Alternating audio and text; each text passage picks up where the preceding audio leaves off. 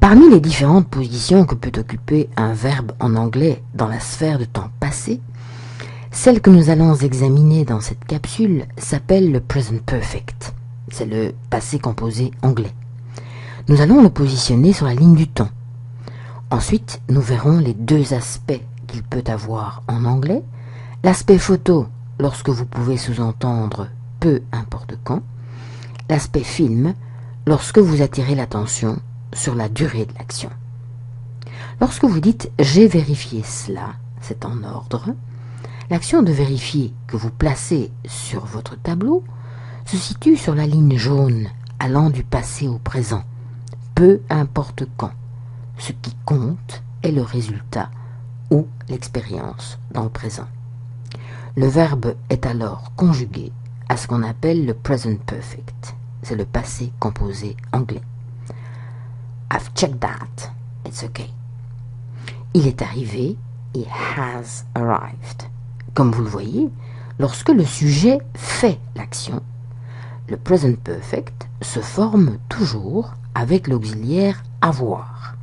Pour tous les verbes, même ceux qui en français utilisent l'auxiliaire être.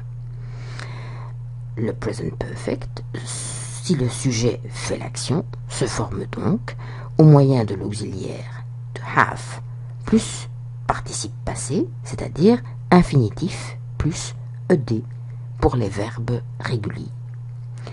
Les participes passés des verbes irréguliers doivent être appris.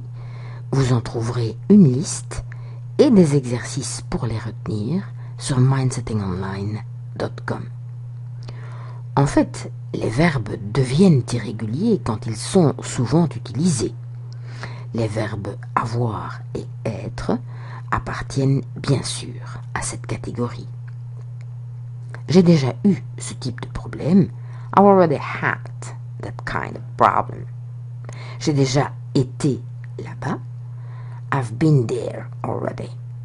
Notez que to have been somewhere peut, tout comme en français, avoir le sens de s'être trouvé quelque part ou d'être allé quelque part. Vous pouvez donc avoir I've been at that place or I've been to that place.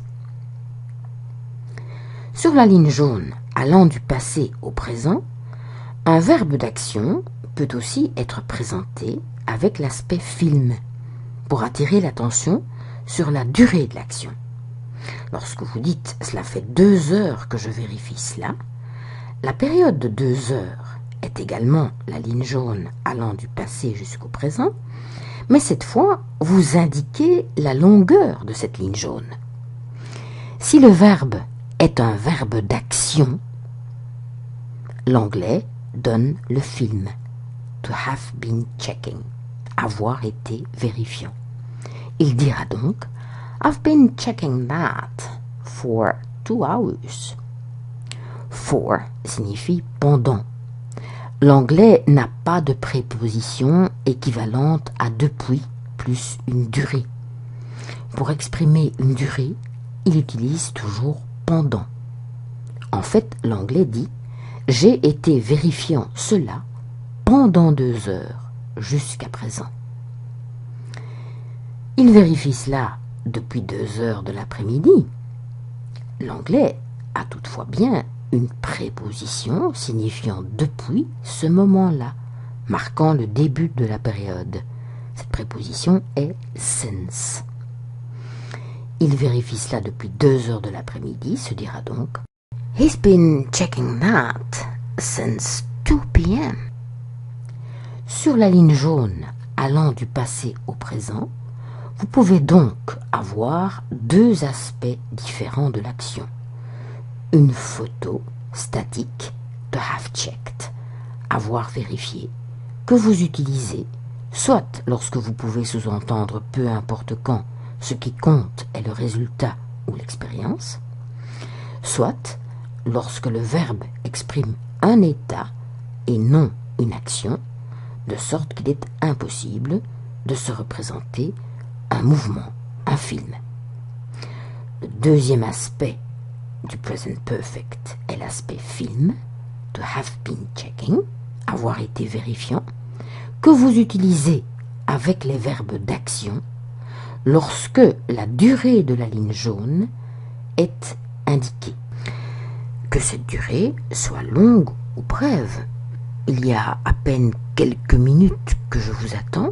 I've been waiting for you for only a few minutes. Pour automatiser le choix entre les deux aspects du present perfect, exercez-vous avec le tableau récapitulatif sur mindsettingonline.com, Thinking the English Way, session 09.